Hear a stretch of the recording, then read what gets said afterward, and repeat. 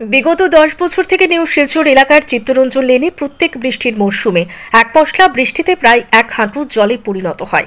ভুক্তভোগী জনগণ বিগত 3 বছর থেকে জেলা প্রশাসনের বিভিন্ন বিভাগ থেকে শুরু করে সাংসদ, বিধায়ক এবং শিলচর পৌরসভার 17 নম্বর পৌর কমিশনারদের জানানো সত্ত্বেও উক্ত বৃষ্টির জমা জল নিষ্কাশনের জন্য কোনো ধরনের উপযুক্ত ব্যবস্থা নিতে দেখা যায়নি বলে সংবাদ মাধ্যমের সামনে অভিযোগ তোলেন বসবাসকারী জনগণ।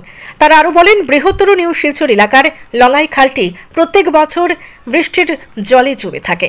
সেই জলগুলো এলাকার প্রধান সড়ক সহ সংযুক্ত বাই ল্যান্ডগুলিতে জমা জলগুলো সপ্তাহব্যাপী থেকে বসবাসকারী জনগণের বিভিন্ন ধরনের চর্মরোগ দেখা দিচ্ছে এবং দালান বাড়িগুলোর ধীরে ধীরে উপক্ষয় হচ্ছে। তাই বৃষ্টির জমা জল নিষ্কাশনের জন্য রাঙ্গির খালের সঙ্গে লঙ্গাই খালটির নিষ্কাশনের মাধ্যমে উপযুক্ত ব্যবস্থা নেওয়ার প্রয়োজন রয়েছে বলে জানান।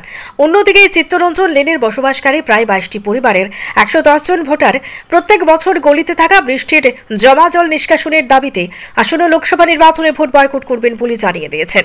সেদিন অন্যান্যদের মধ্যে উপস্থিত ছিলেন ডক্টর এবি নাগ, পাপিয়া নাগ, কঙ্কনা নাগ, অমিতাভ দেব, চন্দ্রা দেব, শম্পা দেব, ইন্দিরা আদিত্য, অপরাজিতা আদিত্য সহ অন্যান্যরা।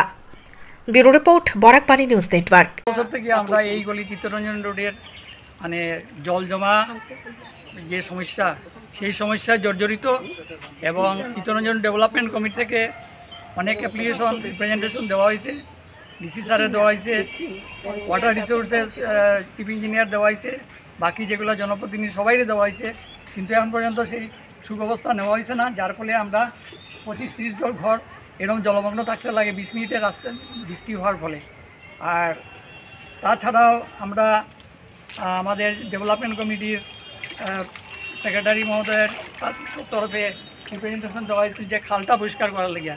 খালের ব্যাপারে আজ পর্যন্ত 1 লাল পয়সা দেওয়া হয়েছে না। তারা কাছে গেলে পরে তারা কয় যে আমরা তো ফান্ড নাই, সুতরাং করতে লাগে না। একবার তারা জেসিবি দিয়ে করাইছিল, আমাদের এখান থেকে কিছু মানুষের পয়সা দিয়ে তারা জেসিবির তেল দেওয়া হয়েছিল, দেওয়াল দিয়া কিছু হওয়ার পরে তারা পরিষ্কার করা হয়েছিল। কিন্তু মেইন হইল আমরা লঙ্গাই খাল, লঙ্গাই খালের উপরে কোনো রকম গুরুত্ব না দিয়ে তারা রাঙ্গের খালের উপরে গুরুত্ব দিয়ে রাঙ্গের খালে কাজ করাইছে। কিন্তু এই রাঙ্গের লঙ্গাই খালের জলের অসুবিধা লাগিয়া আজকে মেইন রোড, হাইলাকান্দি রোড, আমাদের গলি তো আছেই স্পেশাল, আশপাশ আরও গলির বাজার টাজার সব ডুবে রাখে সবসময়। আমরা আজকে বাড়িঘর নষ্ট হইতেছে জল জমার ফলে, বিল্ডিং ক্র্যাক ধরতেছে। আজকে এই সরকারের আমলে তো আমরা এটা আশা করছি না, সব জায়গার মধ্যে ডেভেলপমেন্ট, কিন্তু আমাদের গলিটা নেগলেক্টেড করিয়ে রাখা হয়েছে। এটাই আমরা দুঃখ লাগে, যার জন্য আমরা গতকালকে এখানে একটা প্রটেস্ট করছি আর আমরা ভোট বয়কটের একটা সিদ্ধান্ত নিয়েছি।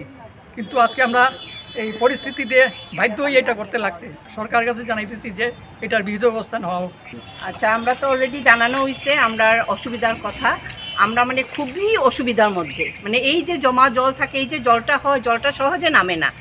বৃষ্টিতে যে একবার জল হয় এটা 7-8 দিন পর্যন্ত স্ট্যাগনেট অবস্থায় থাকে, যার লাগিয়া আমাদের চর্মরোগের কথা বাদ দাও। আর এই যে জলটা আমাদের গ্রাউন্ড ফ্লোরে, সবাই গ্রাউন্ড ফ্লোরে দুর্গন্ধ তো ছাড়া, তাছাড়া আমাদের ড্যামেজ হয়, আমাদের বাড়িঘর ড্যামেজ হয়, কাঠের সব দরজা জানলা এগুলো তো সব একদম নষ্ট। প্লাস এই যে বাচ্চারা স্কুলে যাইতো, যারা বাইরে কাজ করে, ব্যাংকে কাজ করে, অফিসে কাজ করে, হসপিটালে যায়, তাদের তো কীরকম কষ্ট করতে হয়। এই হাঁটিয়া তারপরে গিয়া উঠতে হয়, কোনো টুকটুক ঢুকে না, কোনো অটো ঢুকে না, সবাই না না এত নোংরা জল। অথচ এই নোংরা জল পার হয়ে আমাদের ডেইলি যাইতে লাগে।